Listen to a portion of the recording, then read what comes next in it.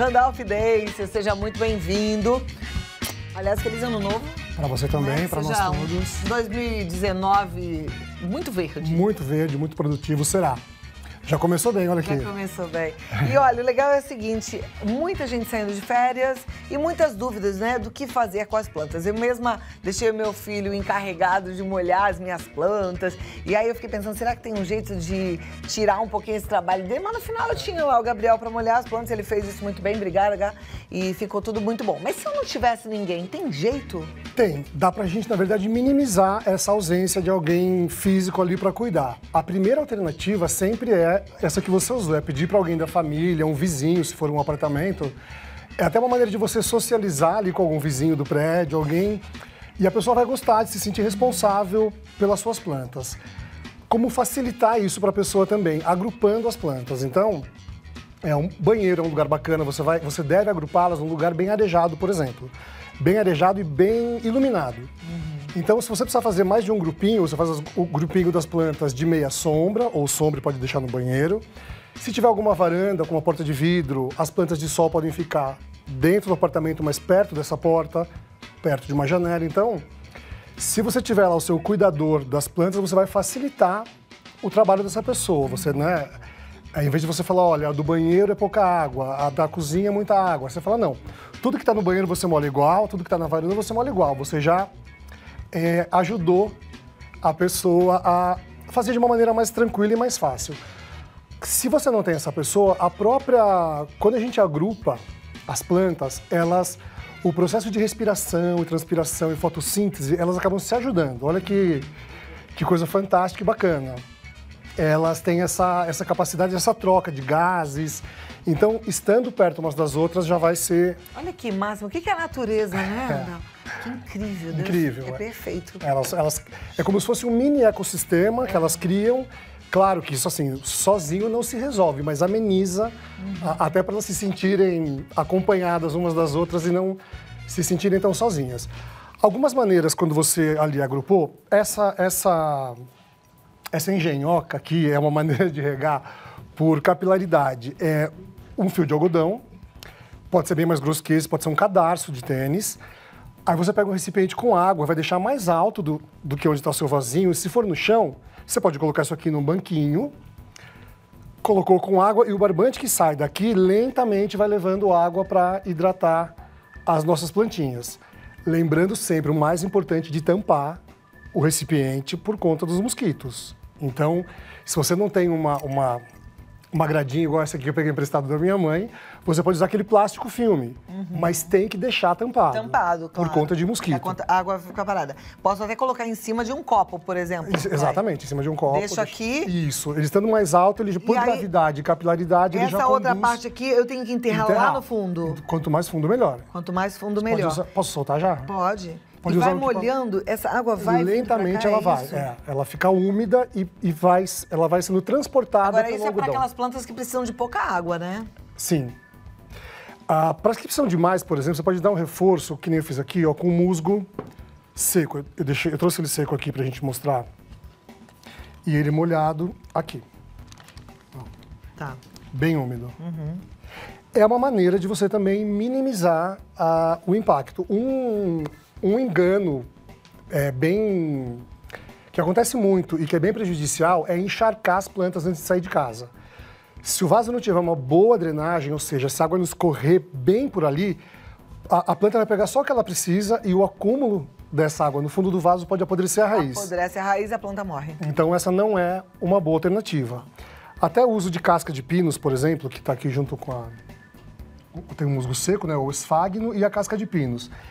Ela tem uma dupla função também. Ela retém a umidade, ela segura mais a umidade, porque o solo, se ele estiver descoberto, ele seca bem mais rápido. E a casca ajuda a preservar essa umidade.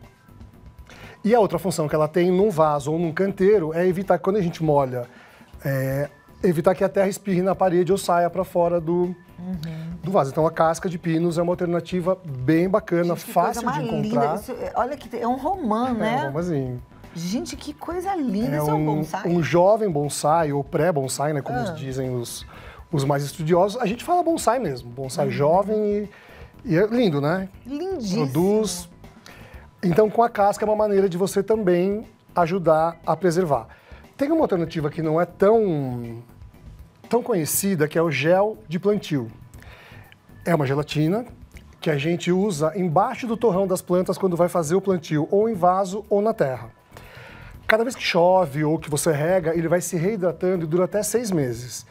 No nosso caso, se a gente não tiver usado lá embaixo do vaso, o que a gente pode fazer? Faz o gel, faz uns furos no vaso, deposita ele lá dentro, na terra, e depois cobre a terra de novo. Eu deposito só o pedacinho da gelatina. Eu Só a tiro aqui com uma colher e vou colocando nos buracos. Vai colocando nos buracos. Cava uns buracos e coloco gelatina dentro. Essa gelatina própria. Tem que ser própria, tem que comprar na loja de produtos para plantas. Para plantas, é isso aí. E vai encontrar fácil. Tudo isso que a gente falou aqui, o musgo, a casca, o gel de plantio. Essa aqui é uma maneira bem bacana de você conseguir minimizar esse impacto. Uma outra alternativa, folhas de jornal. Molha bem a folha de jornal e forra o seu vaso, como se fosse essa função da casca aqui, com o jornal bem encharcado. Então, por exemplo, eu encharco esse jornal, vamos imaginar que eu vou fazer isso aqui. Eu vou colocando aqui, ele molhado, é isso? Isso, você molha ele antes e forra o seu vaso. Forro tudo aqui. Vou ficando isso todo... aí. Tá. E deixo. E deixa. E molha mais um pouquinho por cima e vai viajar tranquilo. Quase que tranquilo. Quase que tranquilo. No nosso caso, aqui, eu estive aqui uma vez para fazer o vasinho auto-irrigável com garrafa PET. O pessoal gostou bastante, mas eu trouxe aqui que a gente encontra também no mercado, um vaso auto-irrigável, que a gente coloca água por aqui. Ela fica depositada aqui no fundo, a gente tampa aqui também para não entrar nenhum mosquito indesejado. E tem um barbante aqui no meio que conforme ele começa aqui e termina no torrão da planta. Conforme a necessidade dela, ela vai sugando aos poucos, no mesmo processo parecido com esse, num vasinho auto-irrigável. Tá, perfeito. Isso aqui é muito bacana. Você pode comprar. Esse aí você compra, só que aí tem que replantar. E aí a planta pode sofrer, né? Se você já tiver com os temperinhos, para fazer, você pode entrar no YouTube do Vida Melhor ou no nosso, do Vila Nina, e vai encontrar o passo a passo do vasinho auto-irrigável, que é bem bacana e bem legal de fazer com criança, inclusive, porque é uma... Mas aí é legal se você for plantar, é bom você já pensar, eu viajo sempre, então eu já compro o vasinho auto-irrigável, porque aí fica tranquilo. Porque replantar, a gente até antes de começar recebeu a mensagem da minha amiga Karina, que está assistindo ao programa, e ela estava perguntando de uma planta dela, que é um estilo de um pinheirinho, caizuca, né? é um tipo de pinheiro. Ela precisou replantar e aí morreu. É. No replantio a planta pode sofrer, né? Pode sofrer, principalmente se a gente mexer muito com o torrão dela, que é aquela parte de terra que envolve as raízes. Algumas plantas não sentem tanto, e outras, como é o caso da caizuca, da sua amiga, que é aquele pinheiro que cresce retorcido, é uma planta bem sensível para fazer esse tipo de procedimento. Ela não gosta muito. Então, depois de adulta, a gente sempre pensa bem onde vai plantar a caizuca para não ter que replantar, ou seja, não ter que mudar ela de lugar. Porque é diferente de uma palmeira que você consegue cavar, liberar o torrão dela e fazer um transplante super tranquilamente, a caizuca não. Então, pensa bem antes de fazer o plantio, para não ter que replantar. Aí pensar assim, no local, no tamanho de vaso, do mesmo jeito que a gente está falando aqui do vaso irrigável, pensar no seu estilo, né? Eu viajo, então vaso irrigável. Vaso auto-irrigável para apartamento, a gente tem muita gente que tem, porque normalmente as pessoas moram sozinhas e querem ter ou tempero ou uma plantinha, então essa solução do auto-irrigável para apartamento é muito bacana. Perfeito. Esse aqui você já viu, o gotejador? Para garrafa PET? Esse que coloca a garrafa ao contrário, Isso, né? Aqui um pouquinho, por favor. Que antigamente tinha uma turma, eu me lembro que minha mãe fazia, de virar a própria garrafa PET, isso aí. Né, na terra. E dava certo. Dá certo. Ela libera bem lentamente, se a terra estiver bem drenada, ela vai liberando bem devagarzinho, mas dá certo sim. Eu fiz uns testes também com garrafa de vidro. É uma liberação bem lenta, mas também dá certo. Também dá, né? Ou a garrafa PET em pé, você faz micro furinhos ou com agulha ou com preguinho, que a gente pode aquecer ele e fazer o furo, deixa o vaso em pé mesmo, a garrafa PET em pé mesmo e devagarzinho ela vai liberando essa água. Mas esse aqui, que também dá para fazer em casa com cano, com válvula de aquário, mas eu trouxe um que a gente encontra também Vou fazer em cima daqui que já tem água. Como se aqui fosse o vaso, a gente vai espetar o suporte e aqui tem um gotejador. Esse é o grande lance dele. que você consegue controlar a velocidade e a quantidade de água que você vai colocar na planta. E aí cada planta tem uma necessidade, né? Você sabe que tem planta que não gosta de muita água, uma vez por semana que você rega, então você deixa bem fechadinho. Bem fechadinho. Isso aqui para vasos grandes é muito bacana, porque dá para durar dias. Esse adaptador, ele se encaixa também em garrafas maiores. E você encontra no mercado também para quantidades bem maiores, mas aí é outro sistema. Esse aqui é bem genérico, ele encaixa em qualquer garrafa. Perfeito. Tudo isso que a gente falou, todas essas possibilidades, é muito legal. Eu te falo porque aconteceu comigo quando eu comprei o gotejador. Testa antes. Você vai viajar semana que vem, começa a fazer o teste agora. Porque eu coloquei o meu de manhã e quando voltei à noite a garrafa estava vazia. Ou seja, bebeu água demais. Bebeu água e demais. aí também não pode. E não cumpriu a função que era ficar hidratando a planta por um longo período, que pode chegar a 5 dias, 7 dias. Então, num vaso grande, que nem o meu era de jabuticaba, você pode molhar a planta, antes de sair você vai lá e vira o gotejador com a garrafa PET e mantém uma hidratação ali. É um pinguinho só, mas faz diferença, porque ele vai mantendo a terra úmida e a planta fica muito mais feliz. Perfeito. Esse aqui, já que você estava com ele na mão e tá tão lindo, como é que ele chama? Lírio da Paz. Lírio da Paz. Essa é uma planta que precisa de bastante água ou pouca água? Água moderada. Eu até conversei aqui nos corredores e a moça me falou assim, olha, meu lírio só morre um atrás do outro. E eu perguntei onde estava. Ela falou, na frente da janela pegando sol. Eu falei, então esse é o primeiro erro que a gente comete com o lírio da paz, que é uma planta mais sensível. Esse verde escuro dela nos diz alguma coisa aí, que é uma planta um pouco mais sensível para sol. Então, não era nem a rega que estava sendo feita errada, era o local que a planta estava dentro do apartamento, numa janela pegando muito sol. O lírio é de lugar bem iluminado, bem claro, mas sem ausência de sol batendo diretamente na folha do lírio, porque queima a folha do lírio da paz ou bandeira branca. É uma planta, desculpa, não, pode falar, muito querida. É uma planta, assim, impressionante como as pessoas têm. Ela é linda. Algumas por muito tempo, assim, por anos. Mas não é para ficar no sol direto. Não é para ficar no sol direto. Tá. Agora, deixa eu te aproveitar. Gente, claro. Olha aqui, eu vou aproveitar a presença do Randall.